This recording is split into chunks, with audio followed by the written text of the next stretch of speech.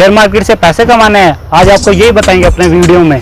दोस्तों बहुत ही आसान है किसी भी शेयर को या स्टॉक को एनालाइज करना।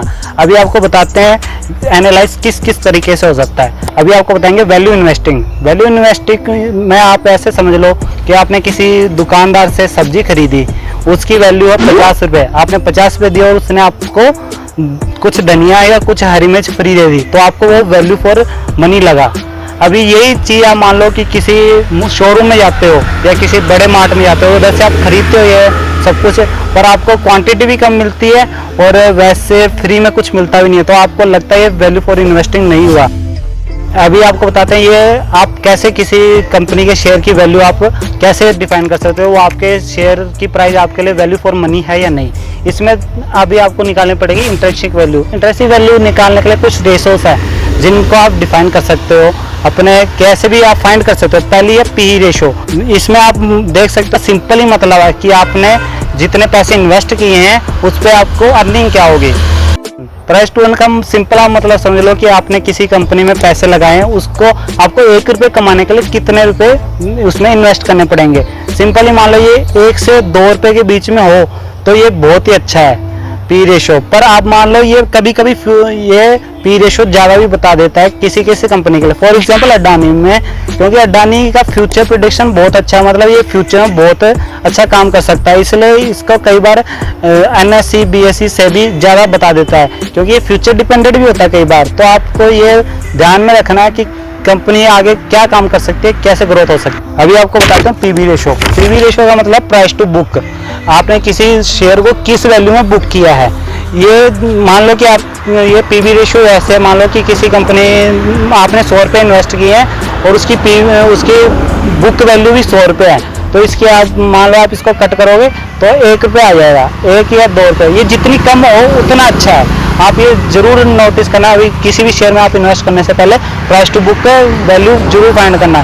कहीं आपको ऐसा ना हो कि प्राइस टू बुक बहुत ज़्यादा हो, ये आपको नुकसान दे सकता है, क्योंकि इसमें ये एक हिसाब से ऐसे मान लो आप किसी चीज़ को उसकी वैल्यू है 100 रुपये, पर आप बुक करते हो उसमें 200 रुपये में, तो वो आपको लॉस भी हो सकता है। तो आप ये जितना कम हो उतना अच्छा है। आपको बता दें डेब्ट टू इक्विटी। डेब्ट टू इक्विटी का मतलब सिंपल है, जितना आप मान लो किसी कंपनी में इन्वेस्ट कर रहे हो उसकी इक्विटी के बदले उस कंपनी के ऊपर कर्जा कितना है। ये कर्जा मान लो कि आप डेब्ट जितना भी कर्जा उसको डेब्ट इक्विटी के बदले डिवाइड कर दो, जितना ही वो निकलेगा वो आपका डेब्ट टू इक्विटी है। जैसे मान लो कि किसी कंपनी के पास 100 रुपीज़ की इक्विटी और 100 रुपीज़ का उसके पास डेब्ट है, इसको आप कट करोगे 1 आ जाएगा। 1 से लेके 2 तक सबसे बेस्ट होता है डेब्ट टू इक्विटी।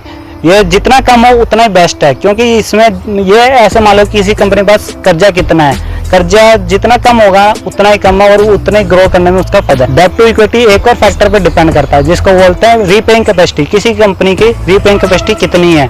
मान लो कि किसी कंपनी के पास सफिशिएंट बैलेंस है, वो अपना डेब्ट रीपे कर सकती है अपनी ग्रोथ के हिसाब से, तो इस पर ये इम्पैक्ट और डलता है कि किसी कंपनी का कैसे वो रीपेइंग कैपेसिटी क्या और कैसे वो पे कर सकते हैं अपना डेब्ट। इसलिए आपको इस पे भी फैक्टर चांस बनता है, आप इसको भी चेक कर सकते हैं। अभी बताते हैं आपको करंट रेशो। करंट रेशो ऐसा है कि जितने भी कंपनी के पास एसेट्स है वो अपॉन उसकी करंट लायबिलिटीज, कब लायबिलिटीज मान लो कि वो किसी कंपनी के पास कितना उधार है।